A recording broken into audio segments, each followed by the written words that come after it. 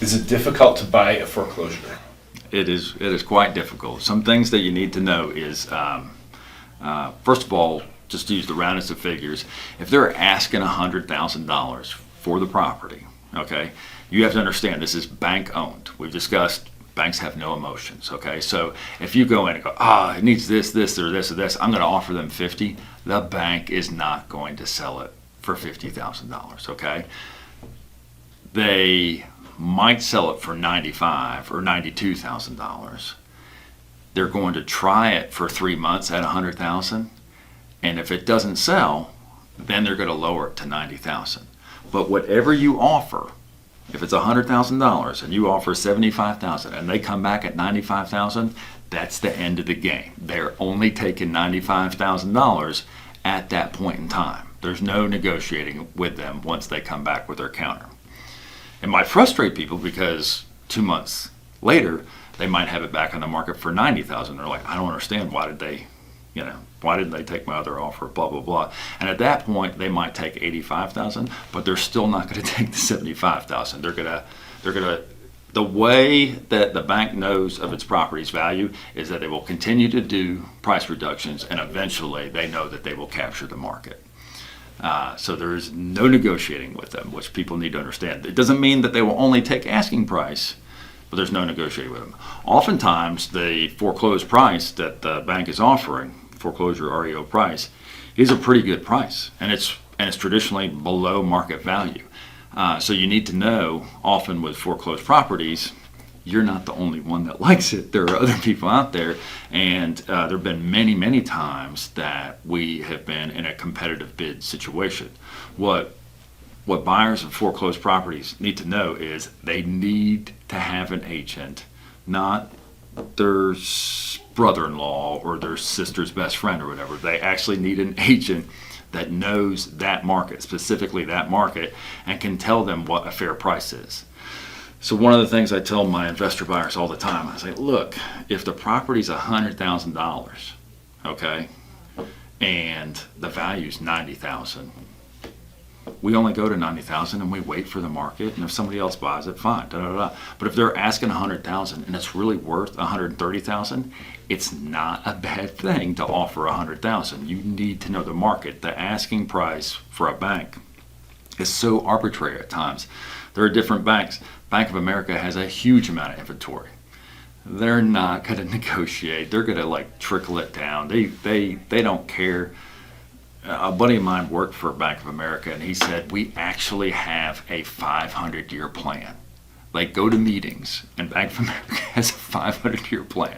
I mean, a 100-year plan and a 500. They don't care how long their one foreclosure takes to sell. But there are smaller banks that they want this off the books, and so they're going to be really, really aggressive, and so they will have a lower price from the get-go because they can't afford to hold out as much as a big bank can. So,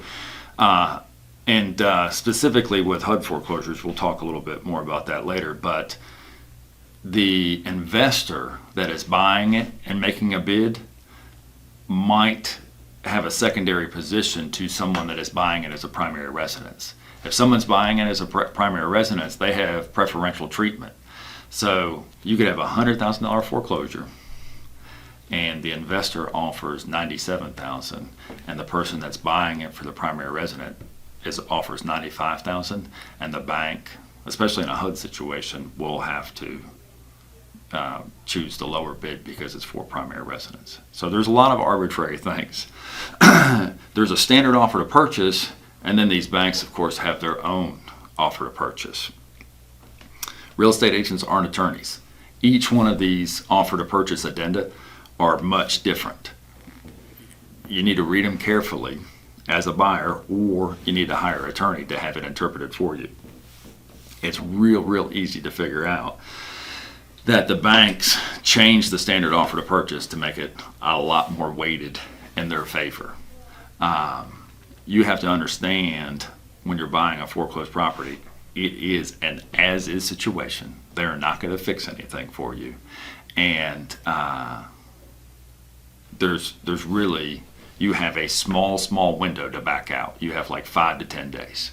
you have to decide real quick. So you need to have an inspector on the hook and let them know real quick whether or not you're going to buy this property. And then if you don't get financing or it doesn't appraise or something like that, there's a chance that you could lose your earnest money. The good thing is banks don't care about due diligence money, which is that option money we've talked about before or whatever, but there are a lot of different difficulties. So we just put a foreclosed property under contract. I had the husband's name first and the wife's name second, and then on the bottom of the page she initialed and then he initialed. The bank returned it and made us switch the initials on the bottom of the page. That's how picky they are. Okay. Every time this is done, the bank requires that they will tell you, we want you to make these changes on the contract. They will actually tell us at 5 o'clock at night that they want these changes to the contract, and they will say, if we don't have it by 10 in the morning, you're not under contract. And their office is in Memphis, Tennessee. So that requires me to call my buyer and say, you have to make this change. You have to drive to RDU because it's already too late for FedEx pickup. And you have to FedEx it tonight or you're going to be out of contract. So there is a lot of different hard things to do when you buy a foreclosed property. And that's no exaggeration. That's happened to us dozens of times. They're so particular. They're so picky. They will block out, an attorney will block out stuff in the standard offer to purchase that protects the buyer.